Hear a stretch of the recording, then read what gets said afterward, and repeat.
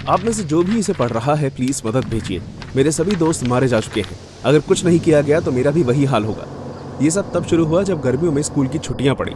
हम हाल ही में high school से ग्रेजुएट हुए थे, इसलिए मैंने और मेरे दोस्तों ने तय किया कि क्यों ना गर्मियों में कहीं घूमने जाया जाए और जश्न मनाया जाए। मिगेल ने हमें साउथ अमेरिका के एक रिजॉर्ट के बारे में बताया। अरे यार, मेरे गांव में एक रिजॉर्ट है, बहुत ही मजेदार, सुंदर बीच, दारू, लड़कियां और भी बहुत कुछ। मेरा विश्वास करो, तुम्हें बहुत मजा आएगा। मिगेल मेरा बेस्ट फ्रेंड था। हम एक दूसरे को जूनियर स्कूल से जानते थे। साथ में वो जिस रिजॉर्ट की बात कर रहा था वो उसी जगह पला बड़ा था, इसलिए मुझे उसकी बात पर भरोसा था। अगले हफ्ते ही मैं, मिगेल, उसकी गर्लफ्रेंड एना और 2 और दोस्तों ने एक प्राइवेट प्लेन बुक किया और अपने ट्रिप के लिए निकल गए। सब कुछ बहुत ही अच्छे से चल रहा था, लेकिन फिर अचानक से जोर के तूफान शुरू हो गया। टर्बुलेंस बहुत ही खतरनाक था कि हम रोने और चिल्लाने लगे। चीजें और भी ज्यादा खराब हो गई जब हमारे प्लेन का एक इंजन जल गया। लेकिन फिर भी ये किसी चमत्कार से कम नहीं कि हमने रिजॉर्ट के पास एक एयर स्ट्रिप पर लैंड कर लिया। क्या सब ठीक है? बस कुछ चोटें और खरोंचे, लेकिन मैं जी लूंगा। बस मुझे शायद एक साफ पैंट की जरूरत है। एना को काफी चोट आई थी, उसका कंधा उतर गया था। हमने उसे फर्स्ट एड दी और उम्मीद की कि शहर पहुंचकर हम उसे सबसे पहले डॉक्टर के पास ले जाएंगे। और इससे भी ज्यादा चिंता की बात यह थी कि प्लेन पूरी तरह से खराब हो गया था। इसे ठीक होने में काफी दिन लगने वाले थे और तब तक हमारे पास इस रिजॉर्ट में रुकने के अलावा और कोई रास्ता नहीं था। उस टाइम मैं नहीं जानता था कि चीजें इतनी खराब होने वाली हैं। हमने एयरफील्ड से मिगेल के गांव में बने एक रिजॉर्ट तक जाने के लिए बस कर ली। रिजॉर्ट जाने के रास्ते में मैंने देखा कि शहर तक जाने वाले अलग अलग भागों में एक डंडे पर स्केयर क्रो लगे हुए थे और हर कोई वास्तव में किसी इंसान जैसा ही लग रहा था। और उससे भी ज्यादा डरा देने वाली चीज ये थी कि उनके मुंह से काला लिक्विड निकल रहा था। मिगेल ने बताया कि वो सब क्या है। गांव के लोगों ने मिलकर ही ये यहाँ लगवाया है। उन्हें लगता है कि बुरी आत्माओं से ऐसे ही छुटकारा मिल सकता है। ये सब पाइप से बने हुए हैं और इसे पेड़ की टहनी से बांधा गया है। इसमें चिंता करने की कोई जरूरत नहीं है। मेरे दोस्त मैट और डेमियन ने अपने फोन से तस्वीरें लेना शुरू किया। मैं इतना डरा हुआ था कि मैंने उनकी तरफ देखा भी नहीं। आखिरकार इतनी देर के इंतजार के बाद हम रिजॉर्ट पहुंचे। वहां के स्टाफ ने हमें हमारे कमरे दिखाए। मुझे इस बात पर यकीन ही नहीं हो रहा था कि उस रिजॉर्ट में हम इकलौते टूरिस्ट थे। इसका मतलब यह था कि रिजॉर्ट में पूरी तरह से सन्नाटा था। मैं खुद को रोक नहीं पाया और मैंने वहां के एक स्टाफ मेंबर से पूछ ही लिया, लेकिन उसने मुझे जवाब देने की बजाय घूरा और फिर वहां से चला गया। आखिर चल क्या रहा है? कहाँ है सब? मैंने अभी यहाँ के मैनेजर से बात की है। ऐसा कहा जा रहा है कि इस वीकेंड पर यहाँ एक त्योहार है, इसलिए सभी काम बंद है, यहाँ तक कि बीचेस भी बंद हैं। मुझे घर जाना है। मिगेल ने एना को शांत करवाया, लेकिन सभी लोग इस बारे में जानकर बहुत दुखी हो गए थे। अचानक हमें बाहर से कुछ अजीब सा संगीत सुनाई देने लगा। जिस त्योहार के बारे में मिगेल ने बात की थी वो शुरू हो चुका था। इस उम्मीद में कि उस त्योहार में जाने से शायद हमें अच्छा लगे, हम फौरन सड़क की तरफ चले गए। हमने जो नजारा देखा उसे देखकर हमें एहसास हुआ कि काश हमने ऐसा नहीं किया होता। एक मरे हुए शरीर पर ताजा लेप लगाया हुआ था और उसने कुछ खास कपड़े पहने हुए थे ताकि उसे सब देख सके, इसलिए उसे सबके सामने प्रदर्शित किया गया था। नौजवान लड़कों का एक समूह उसी कब्र को अपने कंधों पर उठाकर ले जा रहा था और उसके पीछे गांव वाले जुलूस निकालते हुए आ रहे थे। कुछ लोग हंसी खुशी नाचते हुए आ रहे थे, बाकी जाप करते हुए और कुछ खुद को चाकू और नुकीले हथियारों से काटते हुए आ रहे थे। परेड में आए हर इंसान के चेहरे पर खोपड़ी का चित्र बना हुआ था। पूरी गली में लोगों के रिश्तेदारों की सड़ी हुई लाशें रखी हुई थी। हर किसी को आमतौर पर पहने जाने वाले कपड़े पहनाए गए थे और उन्हें कुर्सी पर बैठाया हुआ था जैसे वो जिंदा हो। वो नजारा इतना हैरान कर देने वाला था कि मेरा नाश्ता बाहर निकलने को था। ये सब क्या है? यहाँ का चीफ के लिए एक दफन जुलूस है। वो कुछ दिन पहले ही मर गया। जैसे ही मैंने सोचा कि इससे बुरा अब कुछ नहीं हो सकता, ठीक उसी समय ऐसा हुआ। वो जुलूस बीच में ही बंद हो गया और सभी लोग हमारी तरफ बढ़े। वो अपनी अजीब सी भाषा में कुछ बोलते हुए हमारी तरफ आने लगे। मिकेल, ये सब क्या हो रहा है? मुझे नहीं पता, लेकिन हमें जल्द ही अंदर जाना होगा। मैं और मेरे बाकी साथी तेजी से रिजॉर्ट के अंदर भागे, लेकिन वहां कोई नहीं था। सारा स्टाफ, यहां तक कि मैनेजर भी वहां से जा चुका था। मैं अपने कमरे की तरफ भागा, लेकिन वहां मैंने कुछ ऐसा देखा जिसने मेरे रोंगटे खड़े कर दिए। किसी ने मुर्गों को मारकर उनका शव और खून हमारे कमरे में चारों ओर फैला दिया था। मिगेल की गर्लफ्रेंड को पैनिक अटैक आने लगा। हम में से बाकी लोग अब बहुत सह चुके थे। अब बस बहुत हुआ, अब हम यहाँ नहीं रहेंगे। मुझे कोई फर्क नहीं पड़ता अगर हमें एयर स्ट्रिप पर कुछ दिन के लिए इंतजार भी करना पड़े तो। मैं यहाँ एक भी मिनट और नहीं रहूंगा। मैंने मिगेल से कहा। मेरी रगों में खून खौल रहा था। मैं अपने बैग्स लेने गया, लेकिन वहां कुछ भी नहीं था। इससे पहले कि मैं इस बारे में सोच पाता, मुझे और भी ज्यादा बुरा होने का एहसास हुआ। अलग भाषा में मंत्र जपते हुए लोगों के झुंड की आवाज और तेज होने लगी। हमने बालकनी से देखा तो गांव वाले रिजॉर्ट के अंदर आ चुके थे। वो चिल्ला रहे थे और शोर मचा रहे थे। हर किसी के हाथ में चाकू और अन्य नुकीले हथियार थे। मुझे नहीं पता कि ये सब क्या हो रहा है, लेकिन मैं सब संभाल लूंगा। तुम सब छुप जाओ, मिगेल ने हमसे चिल्लाते हुए कहा। तब तक गांव वाले रिजॉर्ट के रिसेप्शन तक आ गए थे। हम पास में बने डेस्क के पीछे जाकर छुप गए ताकि हम सब देख सकें। मिगेल बहुत धीरे और फुसफुसाते हुए बात कर रहा था। उसने जो भी कहा मेरी समझ में नहीं आया, लेकिन फिर अचानक एक आदमी उसकी तरफ आया और उसने मिगेल के पेट में चाकू घुसा दिया। उसका बेजान शरीर जमीन पर गिर गया और बाकी झुंड ने उसे अपनी तरफ खींच लिया। नहीं! ऐना इस सदमे को बर्दाश्त नहीं कर पाई और चिल्लाई। इस वजह से सबका ध्यान हमारी तरफ आकर्षित हो गया। भागो, सबके सब भागो! मैं चिल्लाया और हम सब वहां से भागे। मैंने ऐना का हाथ पकड़ा और उसे लेकर भागने लगा। मैट फिसल कर गिर गया। मैं सिर्फ डर के मारे उसे देख सकता था। उन्होंने उसे उठाने का मौका भी नहीं दिया और उस पर वार कर दिया। डैमियन दूसरी तरफ भाग गया और वो सब उसके पीछे भागे। ऐना और मैं भागते भागते रिजॉर्ट के बीच पर पहुंचे।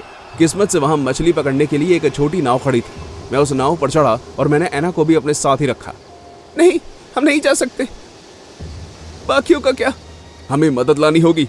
अगर हम यहाँ रुके तो हम भी मारे जाएंगे। मैंने किसी तरह उस बोट को चालू किया और जैसे ही बाकी के गांव वाले बीच पर पहुंचे, हम वहां से निकल गए। हमसे जितनी तेज हो सका हमने उस बोट को उतनी तेज भगाया जब तक लोगों का झुंड हमारी आंखों के आगे से गायब नहीं हो गया। मैंने चैन की सांस ली। मैं खुश था कि हम वहां से निकलने में कामयाब हुए। अचानक मुझे अपने सर के पीछे जोर से वार होने का एहसास हुआ और फिर मैं बेहोश हो गया। जब मुझे होश आया तो मैंने खुद को एक मंदिर में बलि चढ़ाने के लिए किसी जानवर की तरह लकड़ी पर टंगे हुए पाया। मैंने अपने आसपास देखा तो मेरे दोस्त मर चुके थे, सबके सब, मिगेल और ऐना के अलावा। वो दोनों गांव वाले के साथ खड़े थे और उन्हीं की तरह मंत्र गा रहे थे जैसे वो सब नरक से आए कोई शैतान हो। मिगेल, ये सब क्या हो रहा है? यहाँ क्या हुआ?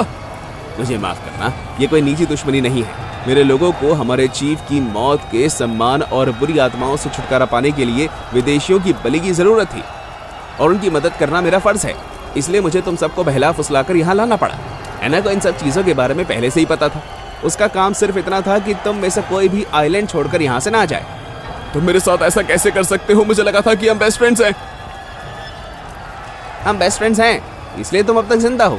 मैंने उनसे हाथ जोड़कर तुम्हारी सलामती मांगी है, जितनी देर तक हो सके, लेकिन मेरे जाने के बाद क्या हो उसकी कोई गारंटी नहीं है। अपने इन आखिरी शब्दों के साथ मिगेल वहां से चला गया। मुझे यकीन नहीं हो रहा कि क्या हो रहा है। मैं डर के मारे बस देखता रहा। वो मेरे दोस्तों को बैग में डाल रहे थे और उन्हें स्केयर क्रो बनाया जा रहा था। मैं जानता था कि अगर कुछ नहीं किया गया तो अगली बारी मेरी होगी।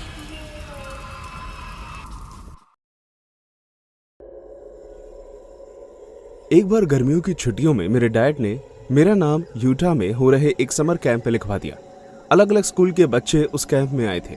हम सबको अलग अलग कैंप लीडर के नीचे ग्रुप्स में बांट दिया गया। लड़कियों को कैंप के बाएं ओर रखा गया और लड़कों को दाएं ओर। हम सभी बच्चे 13 से 15 साल के बीच की उम्र के थे और जाहिर सी बात थी कि इस उम्र में हमें एक दूसरे से आकर्षण था। लड़के लड़कियों के साथ फ्लर्ट कर रहे थे और लड़कियों को इतना ध्यान मिल रहा था जिससे वो बहुत खुश थी। लेकिन मैं अकेले रहने वालों में से था, इसलिए मुझे दिलचस्पी नहीं थी। लेकिन फिर मैं एंजेला से मिला। मैं एक पेड़ के पीछे बैठा और लकड़ी की मदद से गुलेल बना रहा था कि तभी मैंने एक लड़की के चिल्लाने की आवाज सुनी। मुझे मेरा चश्मा वापस करो। लेकर दिखाओ, आओ लो ना। मैंने पेड़ के पीछे से देखा तो टकर एक लड़की को परेशान कर रहा था। टकर मेरे स्कूल से ही था और उसे अक्सर अपने साइज का फायदा उठाकर लोगों को परेशान करना अच्छा लगता था। वो लड़की मजबूर होकर वहां खड़ी रही। उसकी 2 चोटियां बनी हुई थी और दांतों में ब्रेसेस लगे हुए थे। मैं उठा और मैंने टकर के हाथ से चश्मा छीन लिया। अपनी साइज के किसी लड़के से जाकर पंगा लो टकर। वाओ, लगता है कि किसी को गर्लफ्रेंड मिल गई है। दफा हो जाओ यहां से। टकर ने जोर से अपना पैर कीचड़ में दे मारा और उस लड़की की पिंक ड्रेस खराब कर दी और फिर किसी विलन की तरह मुस्कुराता हुआ निकल गया। मेरी मदद करने के लिए शुक्रिया। उसे नजरअंदाज करना, वो पागल है। खैर, मेरा नाम जैक है। मेरा नाम एंजेला है। और इस तरह हमारी दोस्ती शुरू हुई। एंजेला और मैंने वो पूरा दिन एक साथ बिताया। लेकिन उस दिन शाम को बॉनफायर के समय कुछ अजीब हुआ। मैं हमारे कैंप लीडर के द्वारा बनाया गया रोस्टेड चिकन खा रहा था जब एंजेला उठी और जंगल के अंदर चली गई। कुछ मिनट बाद जब वो नहीं आई, मैंने तय किया कि मुझे उसे ढूंढने जाना चाहिए। मैं तालाब की तरफ गया और वहां मैंने एंजेला को देखा और टकर भी वहीं खड़ा था। वहां और कोई नहीं था। मुझे लगा कि शायद टकर फिर से उसे परेशान कर रहा है, लेकिन फिर मैंने देखा कि एंजेला टकर के गाल पर किस कर रही थी। मैं ये देखकर चौंक गया। कुछ ही पल पहले ये लड़का उसे रुला रहा था और अब वो उसी को किस कर रही थी। ये सोचकर शायद मैं कभी लड़कियों को नहीं समझ सकता। मैं कैंप साइट पर वापस आ गया। मुझे बुरा लगा और बिना एंजेला के वापस आने का इंतजार किए मैं सोने चला गया। अगले दिन मेरे साथ रह रहे लड़के कार्सन ने मुझे उठाया।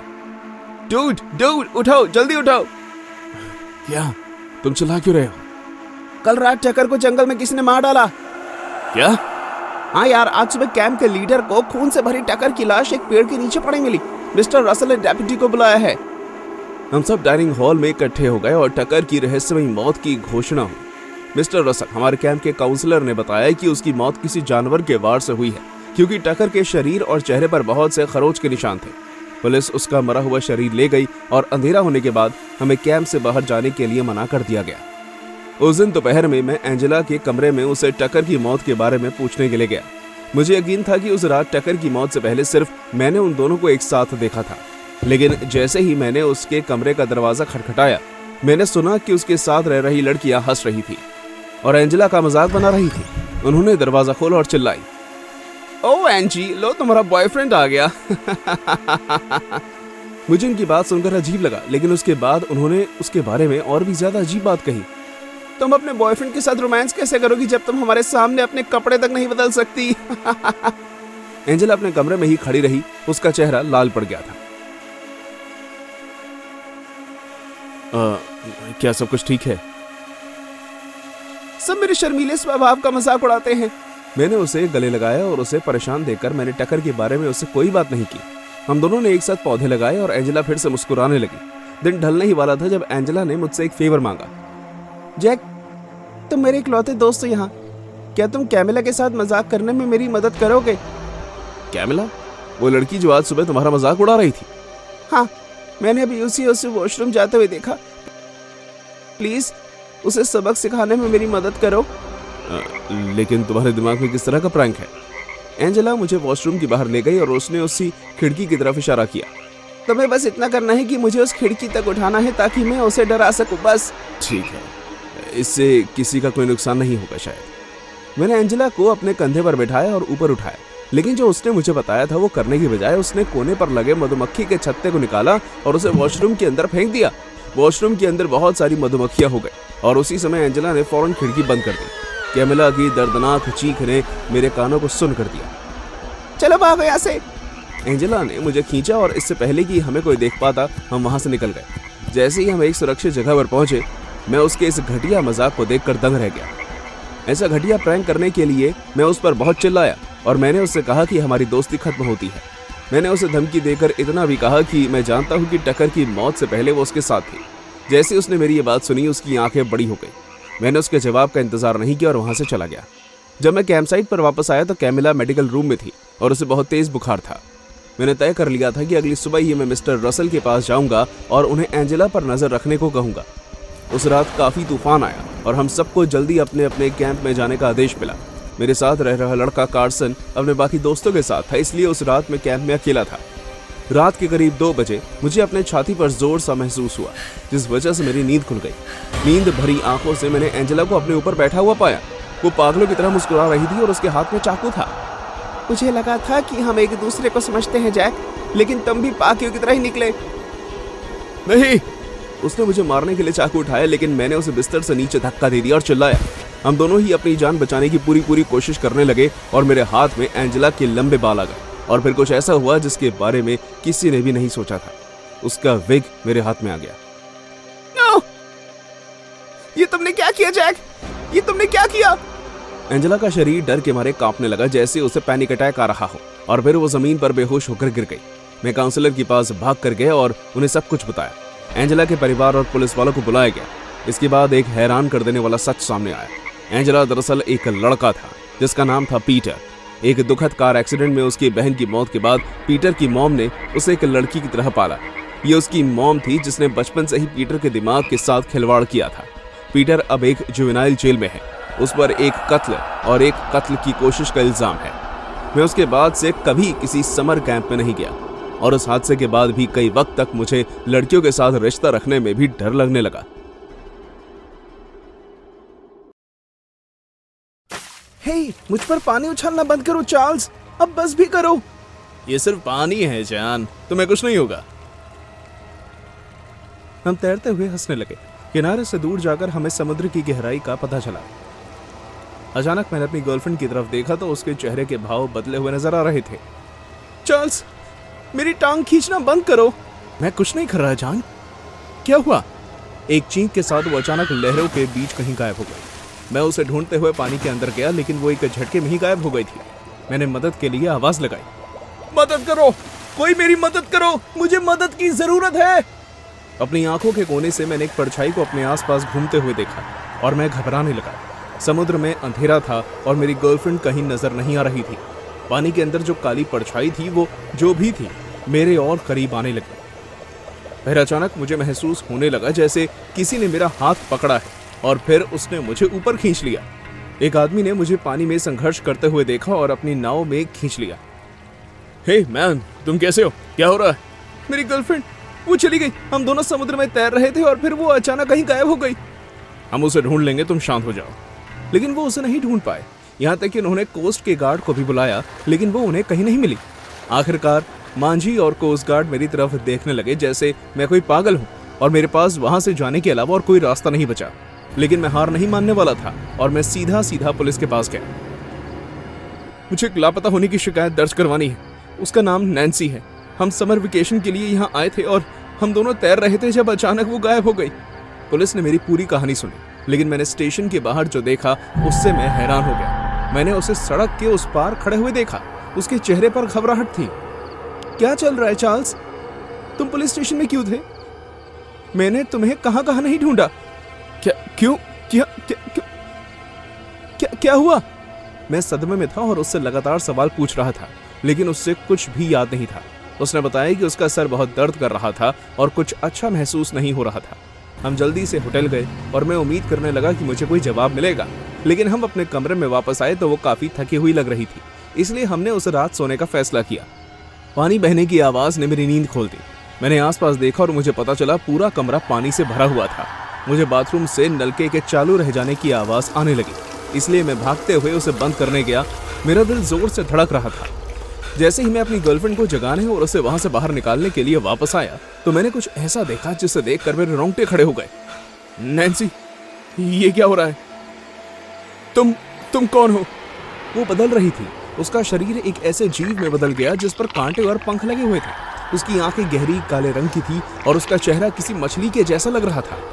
उसके शरीर का रंग बदलकर हरे और नीले रंग में तब्दील हो चुका था और उसके बाल काले और लंबे हो गए थे और उसके हाथ और नाखून भी लंबे हो गए थे। और फिर वो मेरे ऊपर कूदी। मैं उसे चकमा देने में कामयाब हुआ और जल्दी से दरवाजे की कुंडी खोलकर मैं बाहर निकल गया। मैं तब तक भागता रहा जब तक मैं होटल के दरवाजे से दूर नहीं हो गया। फिर मैं रुका और मैंने खिड़की से अंदर देखा। वहां नैन्सी थी। वो बिस्तर पर ऐसे बैठी थी जैसे कुछ हुआ ही ना हो। मैंने अपनी आंखें मसली, कंफ्यूज होकर पीछे हो गया और ये सोचने लगा कि कहीं मुझे कोई भ्रम तो नहीं हो रहा। चार्ल्स, तुम कहां जा रहे हो? वापस आओ। आखिरकार मैंने अपने कमरे का दरवाजा खोला। चार्ल्स, तुम इस तरह भागे क्यों? आखिर हुआ क्या है? क्या तुम्हें कोई बुरा सपना आया है? हाँ, शायद ऐसा ही हुआ है। अपनी आंखें मसलने पर मुझे ऐसा ही लगा जैसे मैंने कोई सपना देखा हो। वहां कोई पानी नहीं था और ना ही वहां ऐसे कोई निशान नजर आ रहे थे जैसा पहले मैंने देखा था। अगर मेरी जगह कोई भी और ऐसा कुछ देखता तो उन्हें भी यही लगता कि वो सपना देख रहे हैं। शायद हमें एक बार दोबारा तैरने जाना चाहिए, इससे तुम्हारा दिमाग शांत हो जाएगा। हाँ, शायद हम ऐसा कर सकते हैं। शायद मुझे पूरी तरह जागने की जरूरत है। इसलिए हम एक बार फिर समुद्र की तरफ जाने लगे और वहां पहुंचकर पानी में उतर गए। जैसे ही हमने तैरना शुरू किया तो सब कुछ आम तरीके से ही चल रहा था, इसलिए मैं भी धीरे धीरे रिलैक्स होने लगा। जैसे ही हम किनारे से थोड़ा दूर गए तो मुझे अपनी टांग पर कोई चीज महसूस हुई और फिर मुझे वो दोबारा महसूस हुई। पानी में नीचे देखने पर मैंने देखा कि काली परछाई मेरे आसपास घूम रही है और मैंने नैन्सी की चिंता जताते हुए उसकी ओर देखा। नैन्सी, फिर से कुछ हो रहा है। लेकिन उसका चेहरा देखने के बाद मैं अपनी बात खत्म नहीं कर सका। वो एक बार फिर से पूरी तरह बदल चुकी थी और उसके चेहरे पर शैतानी मुस्कान थी। इससे पहले कि मैं उससे दूर हो पाता उसने मेरी बाजू पकड़ी और मुझे पानी के अंदर धकेलने लगी। मैं अपनी पूरी जान लगाकर उससे छुटकारा पाने की कोशिश करने लगा, लेकिन मैं सिर्फ खुद को नीचे जाते हुए महसूस कर पा रहा था। मैं कोशिश करता रहा, लेकिन उसने मुझे बहुत ही जोर से पकड़ा हुआ था। जाने दो मुझे, जाने दो मुझे, क्या बकवास है। लेकिन उसने मुझे नहीं छोड़ा और मुझे समुद्र की गहराइयों में ले गई जब तक मैं बेहोश नहीं हो गया। मैंने उसका चेहरा देखा, वो बहुत ही खतरनाक और खूंखार लग रहा था। उसके बाद मैंने कोशिश करनी भी बंद कर दी और समुद्र की गहराइयों में खो गया। मैं अपने आसपास परछाई को तैरते हुए देख सकता था। जैसे जैसे मैं उनके पास जाता रहा, मुझे लगने लगा कि मैं अब दोबारा तट नहीं आ सकूंगा। मेरे सामने घूम रही परछाइयाँ मुझे धीरे धीरे साफ दिखाई देने लगी और मुझे एहसास हुआ कि वहाँ और भी जीव थे, बिल्कुल नैन्सी के जैसे। शायद अगली बार मैं उसे किसी और शिकार को पकड़ने में मदद करूंगा।